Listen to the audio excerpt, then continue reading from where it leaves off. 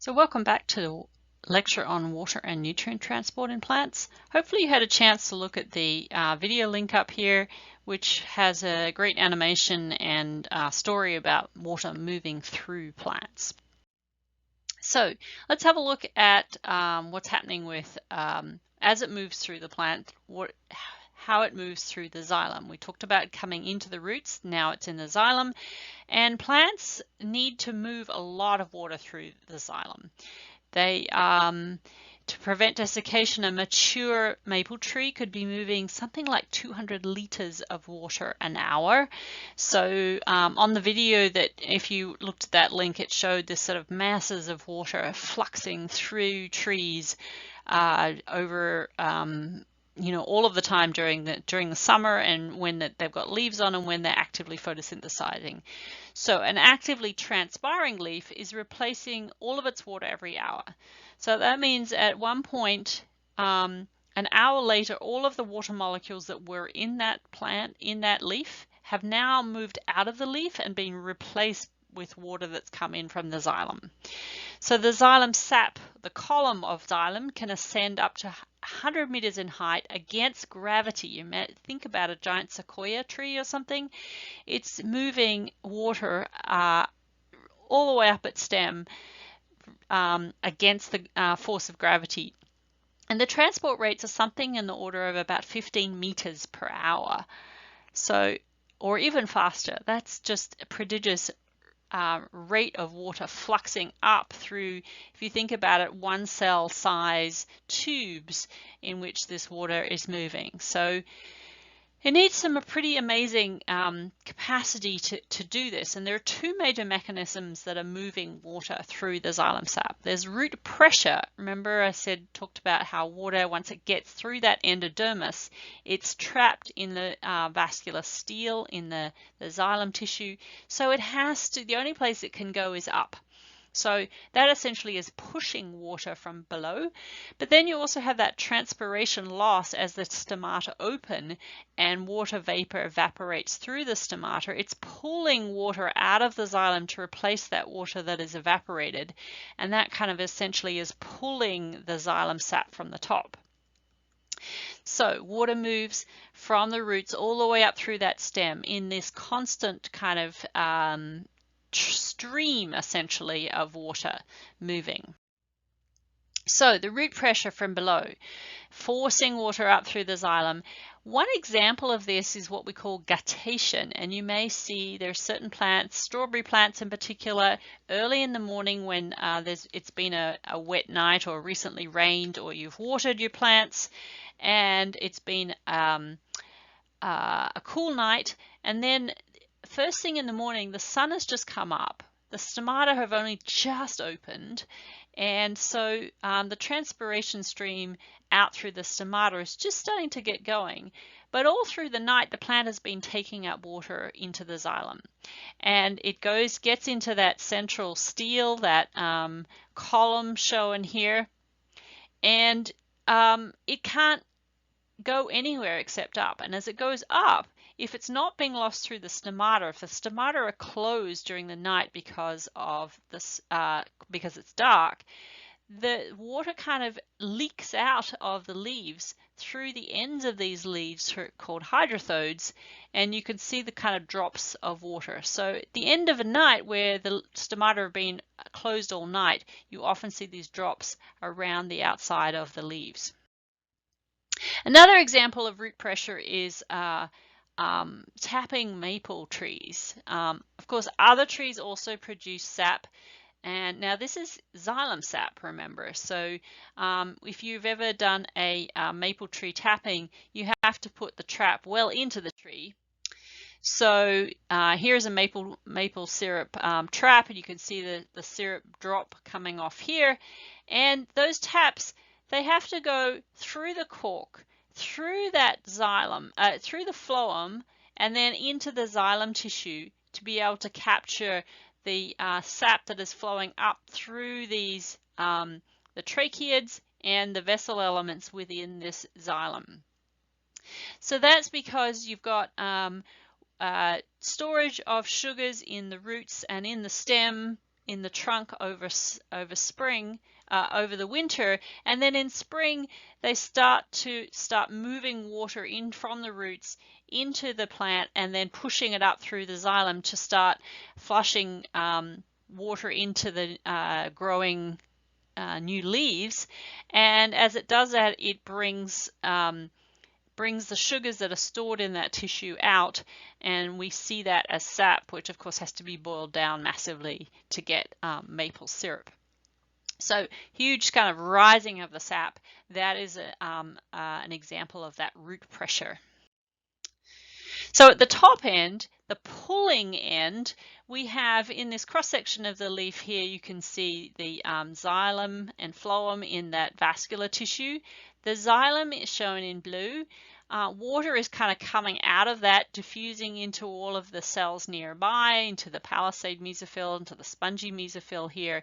And then it's evaporating off the surfaces of those cells into these open spaces within the spongy mesophyll.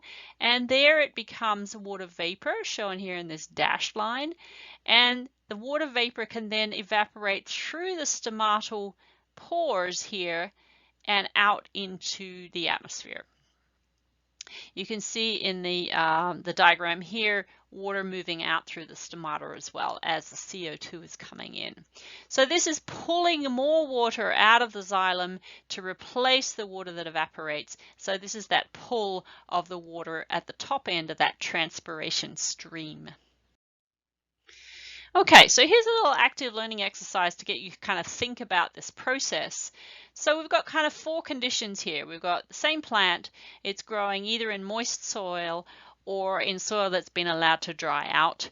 And then we've got a couple of different conditions on the top end. We've got cool and damp conditions, or we've got hot, dry, and sunny conditions. So the water on the left here, we have moist soil, so there's a lot of water coming into the able to come into the roots. But this cool and damp, and particularly if you've got a cloud here, what do you think will be the transpiration rate or the evapotranspiration, both the evaporation due to water loss, but also transpiration movement through the plant here? So what's going to be the loss rate at the top end, and how well is that going to be supported by the moist soil?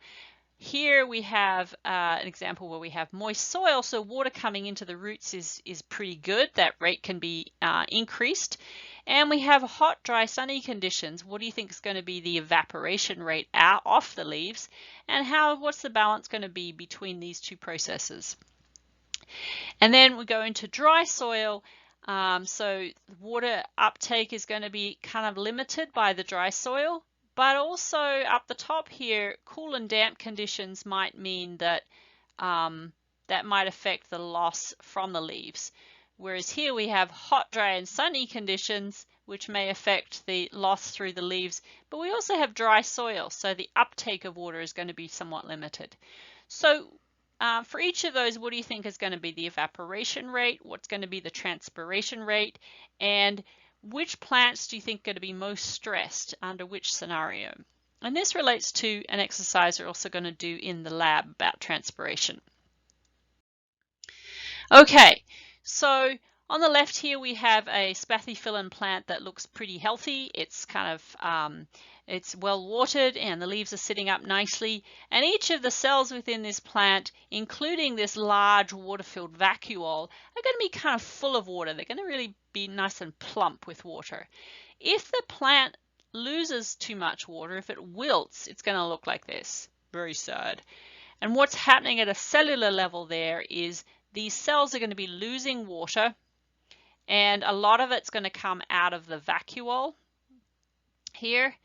And so the total water content per cell is going to go down. The cells are going to shrink away a little bit from that cell wall, and as we saw in the exercise earlier in this lecture, and the plant is going to wilt, and it's going to need to take up more water from the roots and distribute it to the whole plant before those cells are going to start to get nice and plump again. So in a hot and dry environment, the water loss rate from the leaves is going to be high. So in order to stop the plant from losing too much water, the stomata have to close. And many plants that live in dry ecosystems are really good at closing their stomata fast. And closing the stomata here is going to prevent too much water loss. But unfortunately, this is also going to limit how much CO2 can come into the plant, and that is going to limit photosynthesis. So photosynthesis rate goes down if the plants don't have enough water. Now, if the photosynthesis rate goes down, the whole growth of the plant is going to be restricted over a longer time period. So with climate change, we talked about this in the last lecture, changing precipitation patterns mean that you are going to have increasing drought periods during the growth season, even particularly at this latitude within the US. So during those times of drought, there's going to be less water and increased evapotranspiration. Increased evaporation because higher temperatures mean that water evaporates faster, and the plant is going to lose more water through the transpiration stream, just trying to maintain water in the upper parts of the above ground tissues as it's losing water to evaporation. So what many plants have done, this climate change of course is not a new thing for plant evolution. Over different periods when there have been drier periods, many plants have evolved abilities to tolerate drier ecosystems and drier conditions. And we call these plants xerophytes. They have xerophytic adaptations. We're going to talk about this in the lab as well. And these are adaptations which help the plant to conserve water. So the water limitation is what is the stress factor or the selective pressure which drives adaptation. And we can see a number of cacti here, which are kind of the classic desert plants that have adaptations to living in dry ecosystems. So let's have a look at some of these. They can be morphological, i.e. the shape of the plant. They can be physiological, how they use water and how they balance water use with photosynthesis. And they can also be anatomical, so things that are happening at a cellular level, how the cells are shaped or how the groups of cells are organized. So in plants that have good xerophytic adaptations, they may have lower surface area on their leaves. So instead of having really thin leaves, they might have big fat juicy leaves like these succulent leaves. This helps them retain water inside the leaf and reduce their surface area. They may also have a really thick epidermis and thick cuticle. We saw that in the yucca or see that in the lab in the yucca.